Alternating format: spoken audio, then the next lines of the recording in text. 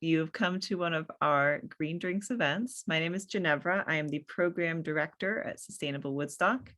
We were founded in 2009 and we're a nonprofit community and environmental action and education organization. And our vision promotes vibrant, inclusive, thriving communities where we live sustainably now and into the future. So Green Drinks are social events to connect folks with similar interests. We invite local nonprofits, businesses, and individuals to make short presentations that highlight sustainability initiatives that are happening in our area. So to briefly plug the next Green Drinks, it will be June 9th, a little earlier in the month, and will be about managing invasive plant species. So that'll be with the invasive plant assistant coordinator, Lena Swislocki. She's with the state, and she'll cover common invasive plants, how to identify and treat them, and resources that can help folks get started on their own projects. So you can bring your invasive plant questions to that.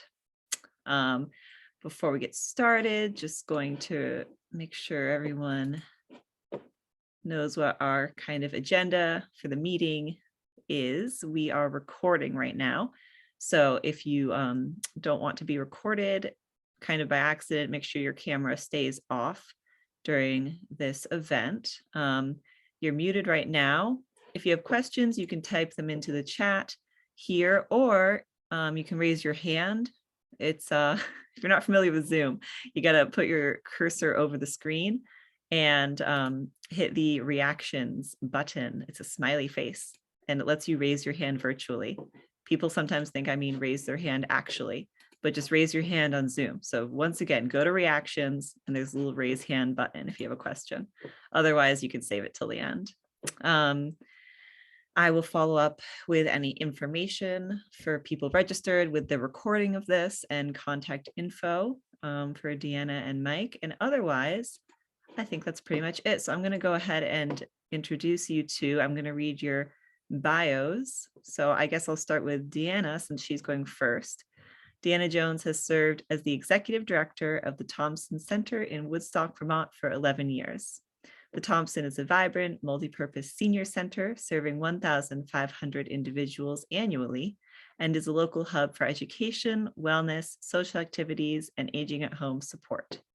Deanna serves as chair of the Vermont Association of Senior Centers and Meal Providers, represents Vermont on the National Council on Aging Senior Center Leadership Collaborative, and on the Advisory Council for the Tri-State Learning Collaborative on Aging. Deanna and her husband live in Pomfret, Vermont with their 4 children. So that's Deanna. Thank you so much for being with us. And I'm going to read Mike's bio now, just so we have it in our heads before he speaks. Mike Reiderer is Tri-Valley Transit's Community Relations Manager in the Orange/Northern Windsor region. He joined Tri-Valley in 2019, having devoted most of his 25-year nonprofit career to youth development organizations. He is excited about the multifaceted impact public transportation has on communities and enjoys working with partners throughout the region to better serve people in need and respond to environmental changes. Great. Well, I'm very happy to have both of you with us. And I think I will let you go ahead, Deanna. All right. Thank you so much for having me. I love any opportunity to talk about the senior center and the services that we provide in the Woodstock and surrounding towns. Just to begin with a quick overview of the Thompson in case you're not familiar with what we do. We serve about 1,500 people annually, and that's roughly 150 people a day that we see in one way or another, either through meals or programs and activities at the center. Primarily what I want to talk to you about today is the Aging at Home program. Home Share is the newest piece of that, and a little bit more about what we do for transportation currently in the area before I hand it over to Mike. So our Aging at Home program was founded in 2016 and added on to our existing services as a senior center.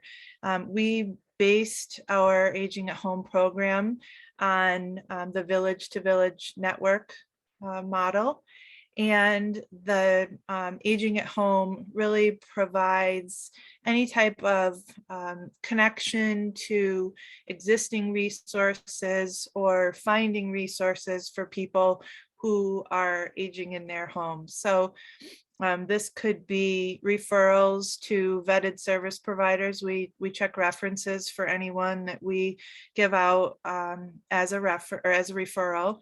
Caregivers, housekeepers, home repairs, even legal assistance, who to ask for questions about insurance or Medicare, and a lot of free medical equipment. We turn over between 40 and 50 pieces of medical equipment every month, so people can donate it to us when they're done with it. As long as it's in good, used, clean condition, we can take in any medical equipment. We clean it up, check it out, make sure it is safe, and then pass it on to anyone who needs it for free. That is a booming business lately, and I think it definitely saves people the expense and keeps those items circulating instead of filling up landfills or sitting somewhere not in use.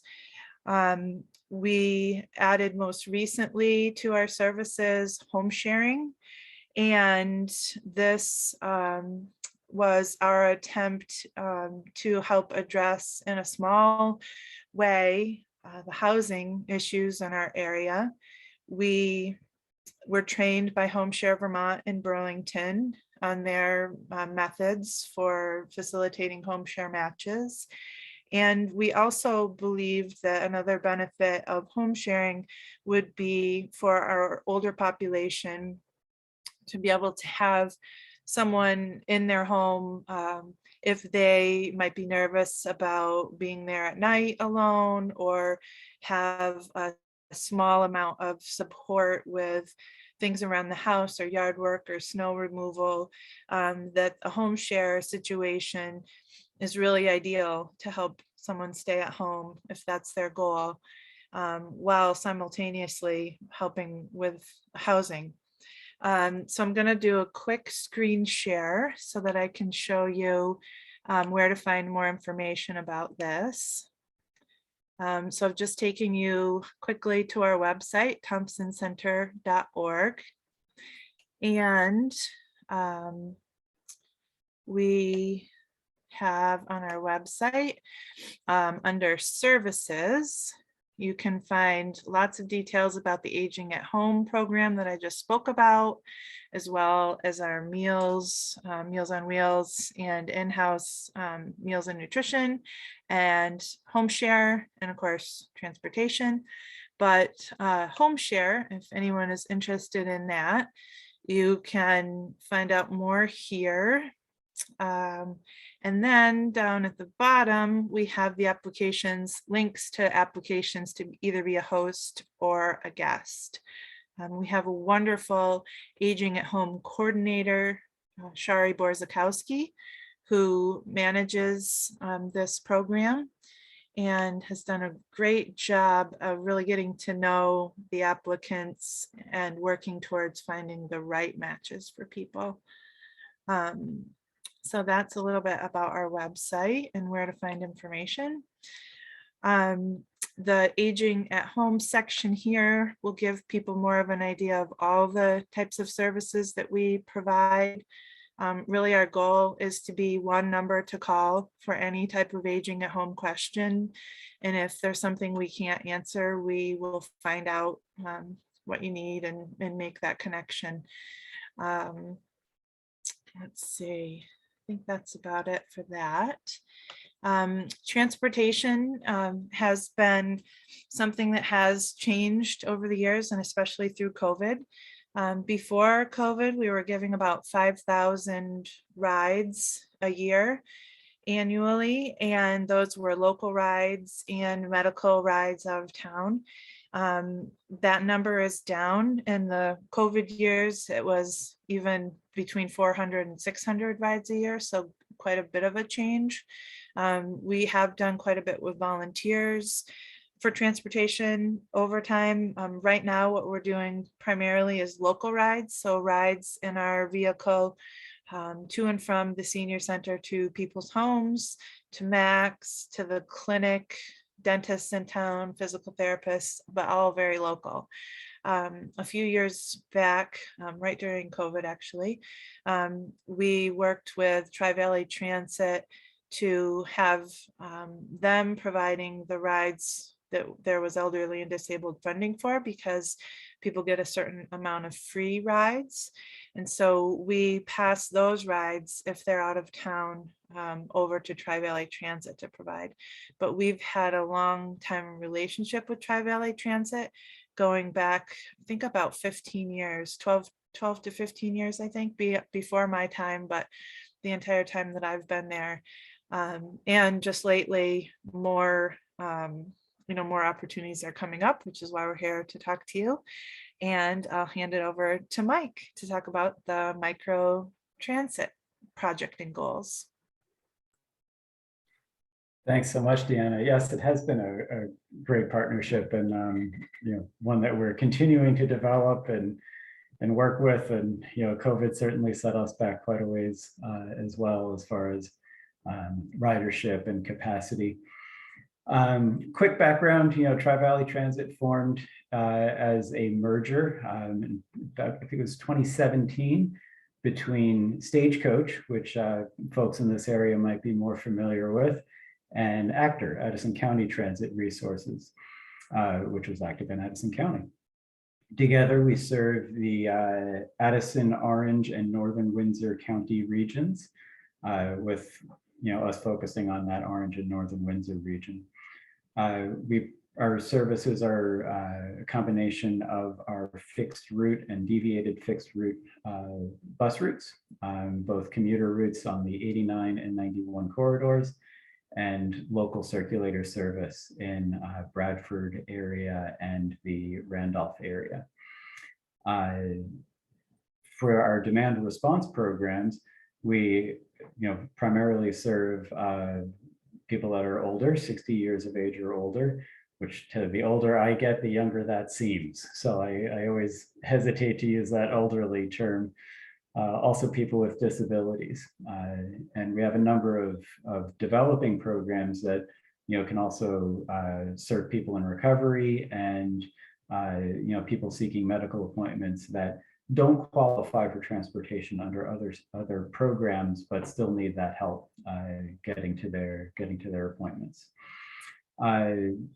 Most of those demand response trips are provided by volunteer drivers. We use our professional bus drivers in our wheelchair accessible buses when that's necessary, or as a backup if volunteers aren't available. With that, I will put in a quick plug. We do have a desperate critical need for volunteer drivers. So we're always looking for people to join that program. We do drive throughout the Orange Northern Windsor region. Folks are very flexible, can always select what rides they're interested in giving. That's just transportation support, not going to appointments or doing shopping with the individual seeking assistance, just the driving curb to curb. And can certainly contact us for more information about that. In our partnership with Thompson Senior Center, we really focus on that demand response service. Providing trips, into and around that Woodstock area, as Deanna mentioned. And I think we have been trying to expand that partnership. We try to take as much of the transportation pressure as we can, but frankly, it has been challenging with limited capacity these last couple of years. But looking ahead, one of the things that we've talked about is the potential benefit of a circulator service in Woodstock. Adding those services are expensive. It's a lot of money to have a bus on the road running around town continuously. So there is this micro transit program that VTrans has rolled out, which is it's that on-demand service within a designated zone. So we would define a zone in the Woodstock area that where this transportation is available, and have some number of vehicles present available during this time period during the day for people to access.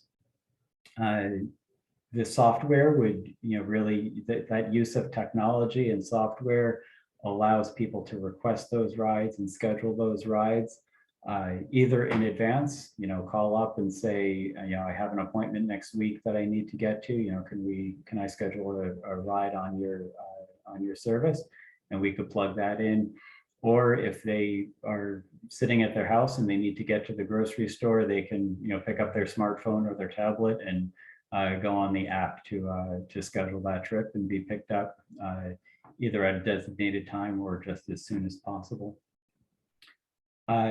This has been experimented with in rural and suburban areas and has shown great success. Rural areas, it's honestly still up in the air. We're not sure how it will work, but VTrans and Tri-Valley Transit and other transportation providers in the state are very excited about the potential.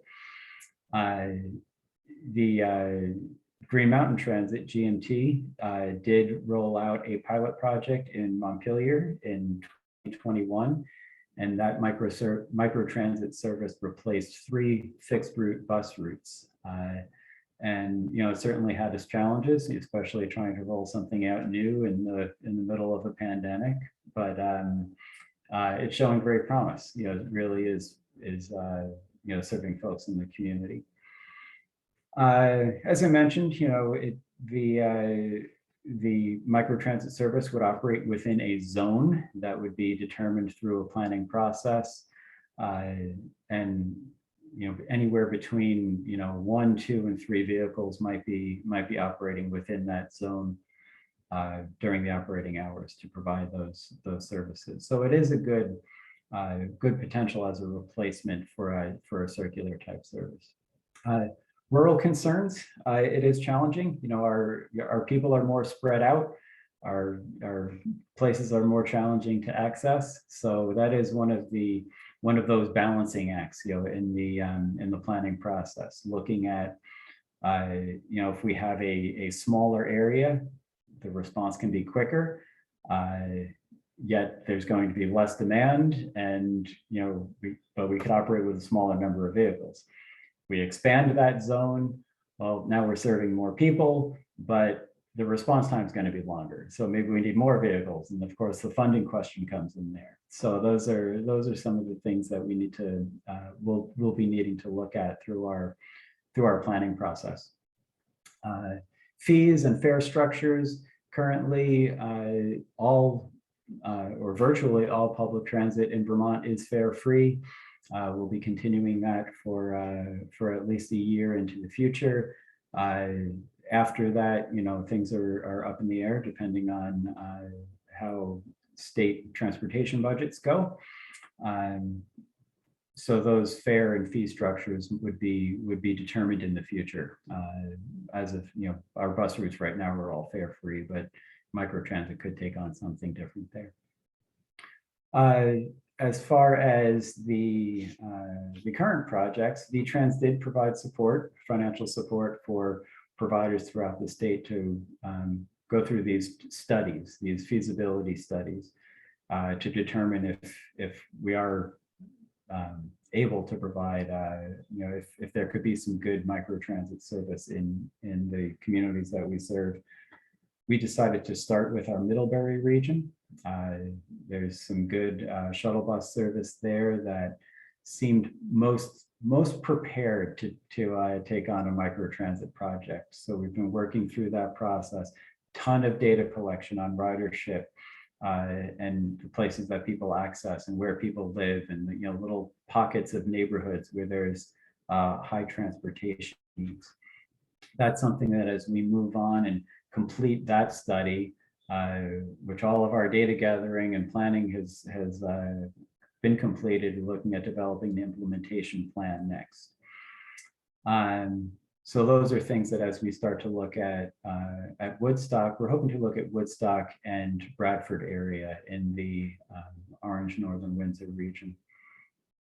We're really going to need community support from Woodstock to be looking at those ridership numbers. Deanna mentioned, 5,000 rides prior to COVID. Of course, we've all taken big dips there. So trying to judge and estimate the future need is it's a tricky endeavor, but something we'll be looking towards doing.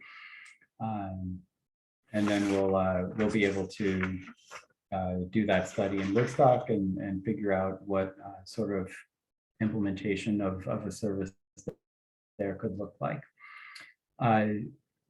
Following that data gathering process, we're working with VIA. It's a company that was selected to provide these feasibility studies statewide. Phenomenal company, has been working with microtransit in a number of other regions and is working with Green Mountain Transit in Montpelier. So they're pretty familiar with Vermont as well, and some of the unique aspects of public transit here. So we gather that data, they'll go through their analysis, we'll develop that implementation plan, and then we can submit to VTrans to be able to start a project in Woodstock. We're really, we'll have to see where the funding situation stands. It may be a little trickier starting a new service rather than replacing service, but we're really hopeful that we'll be able to expand down into that area and provide some of that consistent, reliable service to the transit dependent folks, but also for people traveling through the area and other residents that are just looking for that convenient access to public transit and save the emissions and the money and keep the cars parked in their garage.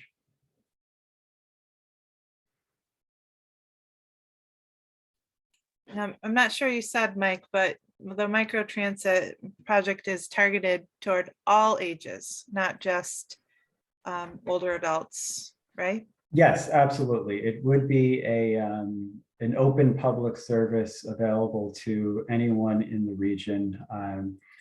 There certainly we would anticipate a high usage for people that are older or that have disabilities that we're serving now, and Thompson is serving now through our E&D programs.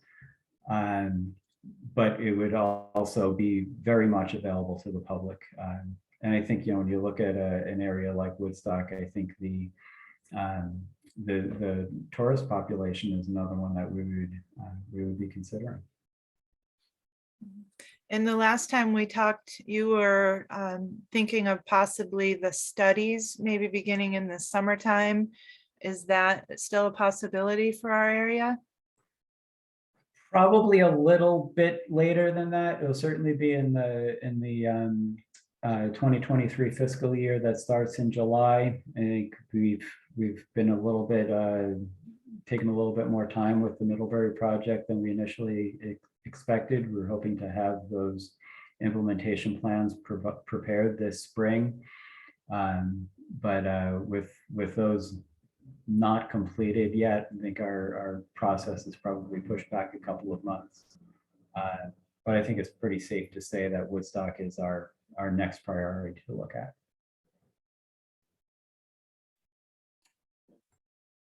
That's great. Did you have anything to add, Deanna? I don't think so. It really is encouraging. We've hoped that Tri-Valley Transit would be able to help us more with rides in our area for people of all ages. We do still have the Thompson, sponsored vehicle that we lease, and we pay drivers to operate and are giving the daily rides around the area. So I look forward to understanding more how that might be able to be utilized in the microtransit project, and maybe even the drivers or the vehicle as one of the vehicles. I don't know how that'll work, but we're open to however it does. That's, I think, how, as we work with VIA on the feasibility study, a lot of those things will come into play. What kind of resources are available, um, how, where are the key places that need to be included in our zone, in our pick up and drop off area. And looking forward, we do want to have good wheelchair accessibility.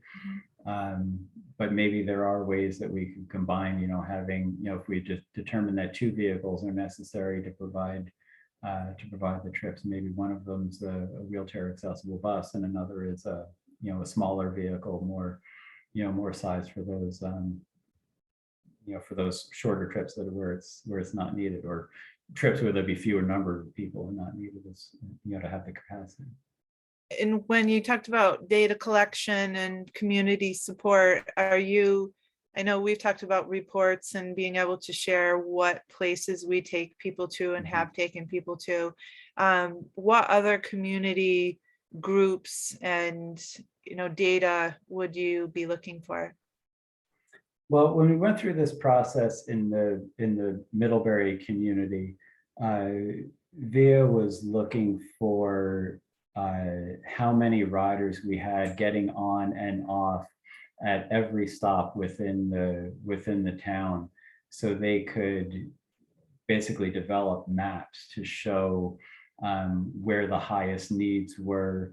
And they're looking at the different, just the different developments and how the population pockets in the town, so where they would, where we would be able to know that we would have to focus some services in that area.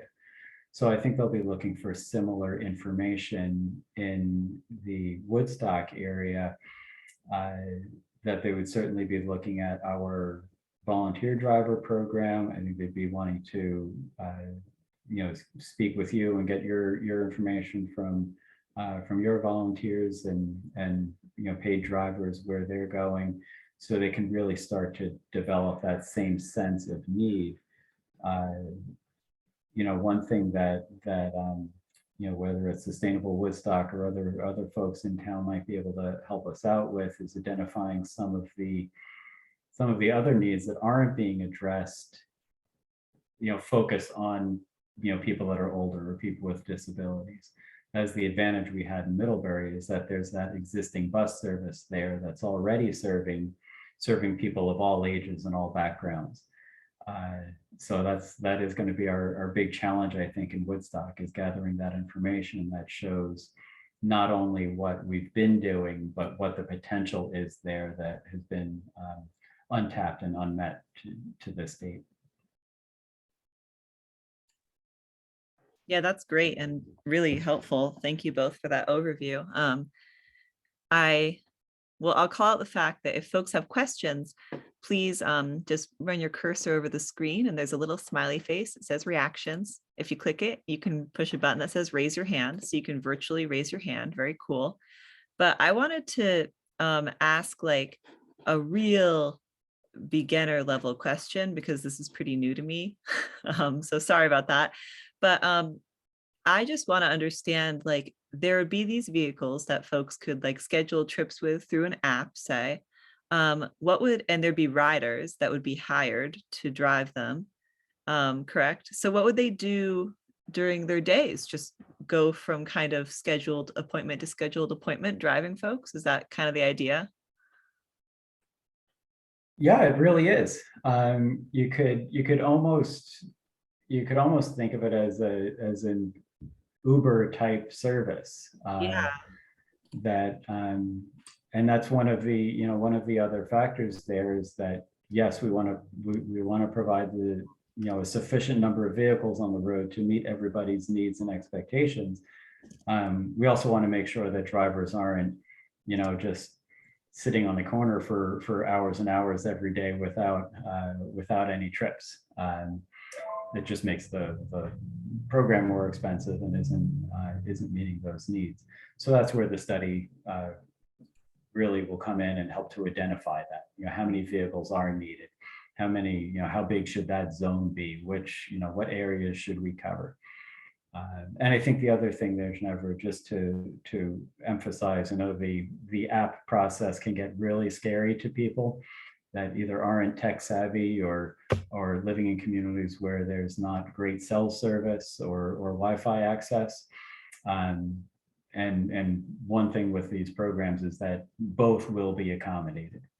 Be both app-based, but also you can still call our office and say, hey, I need that trip. So the phone still works. I was wondering about that. All right, well, Chuck has a question. Wanna go ahead and ask it, Chuck? Yeah, hi. Chuck Fenton out in Heartland. And my question is, will there be the possibility of a fixed or flexible route service through Quechee to White River Junction? To me, that seems like has been an imperative for many, many years. If you go on Route 4 at drive time, you just see hundreds of people streaming back and forth. And I've always wondered, why is there no either fixed or flex route service to that area? Thanks.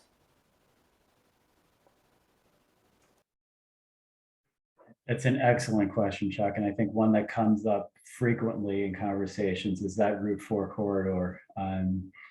Really all the way from Rutland through Woodstock to Lebanon. I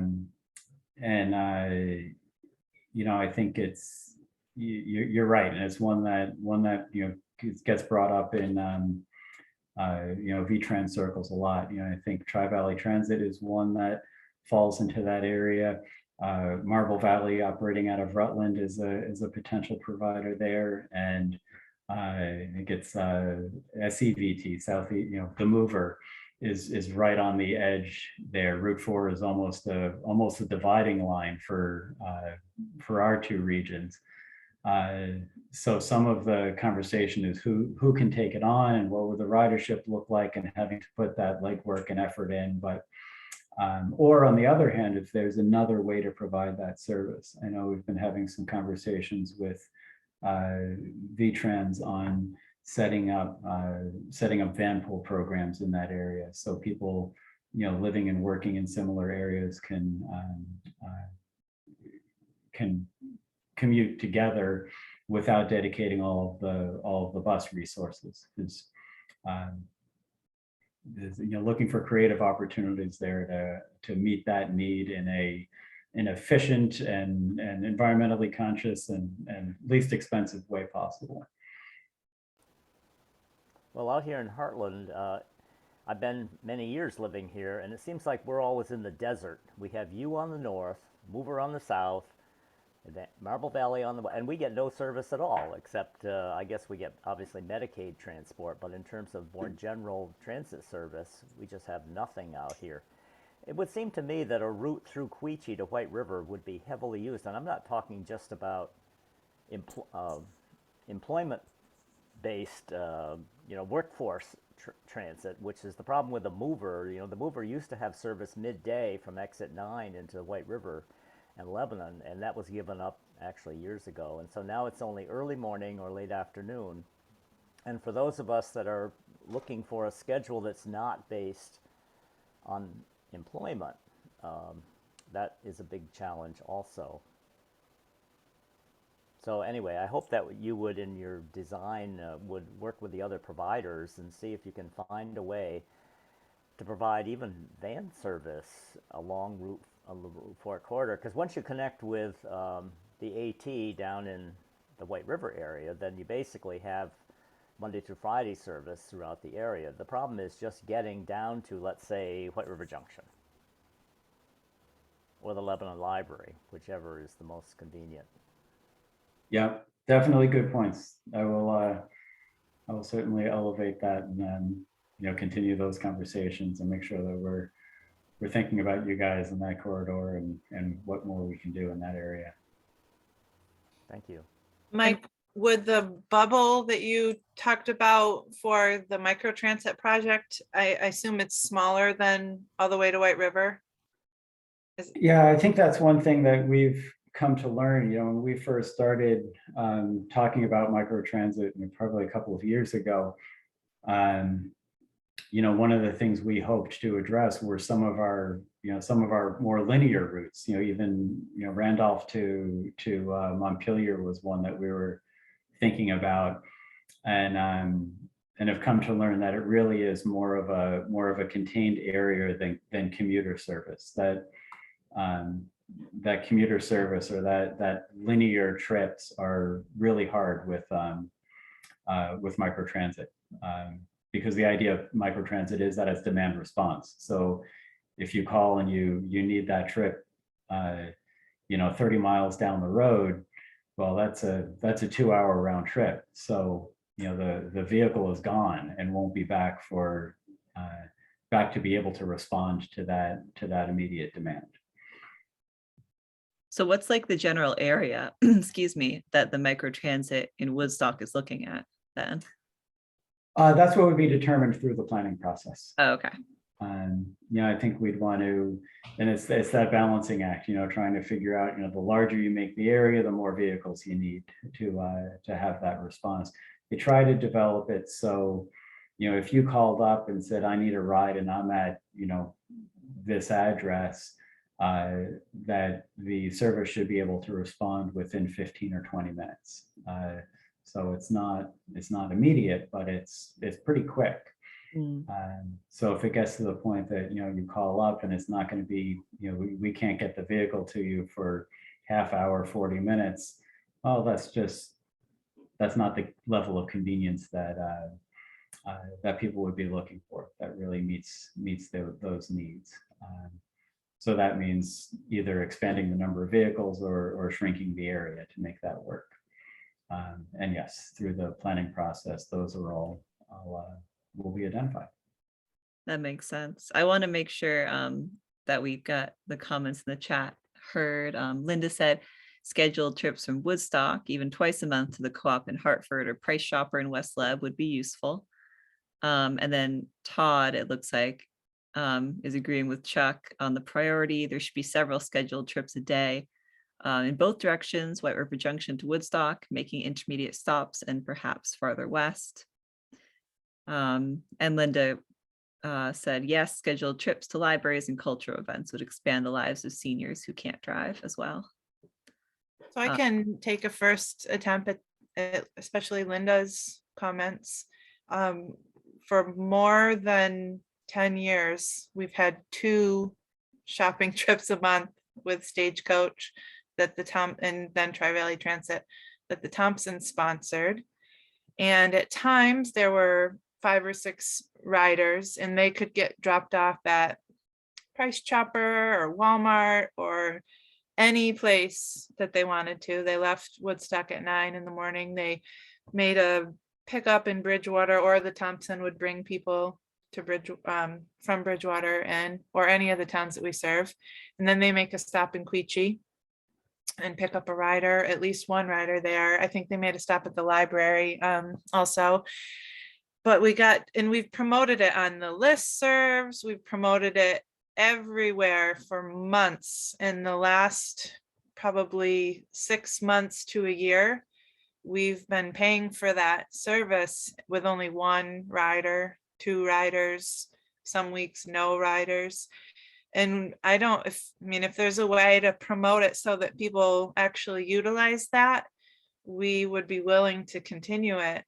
But I don't know if people don't see or hear our marketing, but we've been paying for that exact thing to the first and third Wednesday of every month for at least 10 years to go shopping in West Lebanon. And then at the peak of COVID, when New Hampshire had a higher COVID rate, we stayed in Vermont and went to Rutland.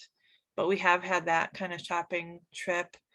And as far as cultural events, we do quite a bit of volunteer rides and try to make sure people get to where they need to go. If they just call and ask, we can try to find drivers for people that can't drive, to that kind of thing. So we're open to it. Just reach out to us. That's really helpful for me to know. I didn't know that. And the shopping trips, just to clarify, like, would you have to be over 60 to use that service? You don't have to be, right, Mike? Anyone can get on those. And we still sponsor them. But anyone can ride on those as far as I know. Yes, that was an open bus route that we had that was, kind of, but as Deanna mentioned, it was supported by the E&D program with a focus on people that were older or had disabilities, but it was an open, is an open route that anyone can use. And yeah, I think we're in the same spot. We're ready to. We haven't run that for the last couple of months because of the lack of riders, but it is something that we could be prepared to bring back.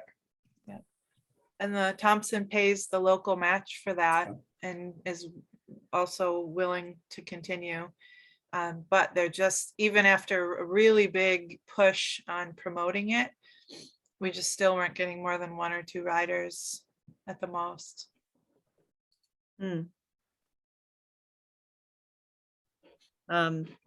Chuck had another question. Thank you, Ginevra. Yes, I'd like to advocate, as you're exploring these routes, I'd like to advocate for making the vans bike friendly. I have an e-bike, and e-bikes are catching on like wildfire because I help Vital Communities trying to promote that project. And I know that if you could take an e-bike, like down the AT has bike racks, as you know, on their buses. But if you can get somewhere and then have an e-bike to get around the local area, whether it's White River or whatever, it gives you a lot more flexibility than just having to walk or hope you can find an AT bus. So I'd like to advocate for making the vans bike friendly wherever possible, and maybe, specifying what kind of bicycle is permissible, because of course there are a lot of different kinds of bikes, and some of them are so big and so heavy that obviously they would not work. But I happen to have a folding e-bike which weighs 50 pounds, and that's perfect because I think you can actually possibly carry it on as opposed to putting it on. Anyway, so I wanted to advocate for making it bike friendly. Thanks. I love that, Chuck. We also have bike racks on all of our buses, carry 2 bikes. You're right. It's an interesting thought on the e-bikes. I know some of them can get kind of heavy. I should make a note for myself. We'll check into the weight capacity on those. But and we do have, it happens a lot on our commuter routes. We have a few folks that take the bus in from a park and ride into Lebanon or White River, and ride the rest of their way to their office and piece those commutes together. And we've talked a lot over the last couple of years how much we would love to see more recreational users just hopping on. And you're right, the e-bikes, it adds a whole new element to to that multimodal transportation, piecing together the bike ride and the bus to gosh, even just get out and ride in different areas. It's a great thought. And also, responding to what Deanna said about not having riders on the route, I think you should put stickers on gas pumps. When people fill up their car for $50, $60, $70, they might think twice about the possibility of taking transit instead of spending all that money on fuel. Just my opinion.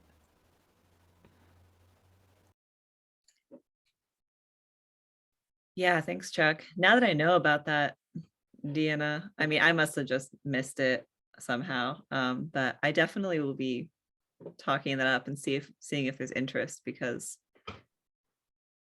I know there is. People just must not be using it. No, and I think COVID, certainly has had such an impact about if people want to ride public transit together like that. And Chuck had a good point about the gas prices too. I think, one thing that, traditionally, and it's before my time with TVT, but the last time we saw that big spike and gas prices went up to $3 or $4 a gallon, we saw an almost immediate jump in our ridership. they were creeping up, $2.50, $3, $3.50, and we saw like a 2-week lag, and then just an incredible jump in the number of people that were getting on the bus instead of getting into their cars. This year we haven't seen that as much, and one of the things that we suspect is with COVID, like we're here tonight, so many more people can work from home, and that becomes a cost-saving option. So yes, there are those things that people can turn to public transit to save money on, but hopping on Zoom and working remotely are also have become more palatable options for employees and employers. So we haven't quite seen that jump yet that we were anticipating, but hopefully we do get more people that turn to public transit for work and shopping and recreational needs as a result. Also, sorry to monopolize here, but Deanna, coordinating with Aging in Heartland out here in Heartland, there are volunteers who spend a fair amount of time and resources driving people, seniors I'm talking about, down to the Upper Valley, whether it's to medical appointments or to just other things. And it would seem that some of that could be coordinated better if there were a service along Route 4, because it would be so much easier for a volunteer driver just to take people to Quechee and hop on transit than to drive them all the way into the Upper Valley and then have to wait around or pick them up or something. I'm just suggesting that coordinating with the local aging services, of which Aging in Heartland is one, but as you know, they're now beginning to pop up in the other communities also. Why don't we talk offline about promoting that in Heartland, and then figuring out a stop where they could stop that route to, meet the volunteers. In general, it leaves the Thompson around 9 and goes down through, and then it's back by 12:30 or so to the Thompson. Well, I would definitely take it, especially if I could take my e-bike along. I would definitely go that way.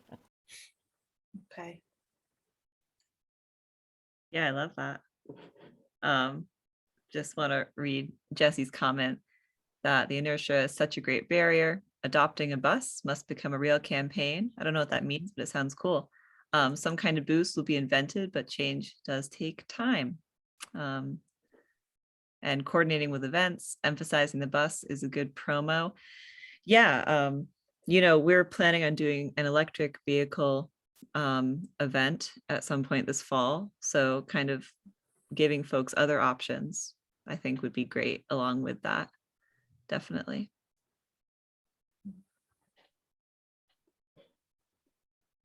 Are there any other questions or comments on here? I really appreciate being able to share with a different audience, and especially if you're able to include it in your column. I think that'll be even more of a different audience than usually hears our message. So thank you for having us. Yeah, I've learned a lot, and I definitely would like to write a column about both what's currently happening, and offered, as well as the pilot. So I'll be in touch. Yeah. Well, thank you both so much for joining us. Thank you for having us. Yeah. Thank you all. Nice to see you, Chuck, as always. Thank you, Deanna. Great to see you. We'll see you at lunch one of these days. Good. Very good. Have a good night, everyone. Right. Bye. Bye. Thank you, Mike.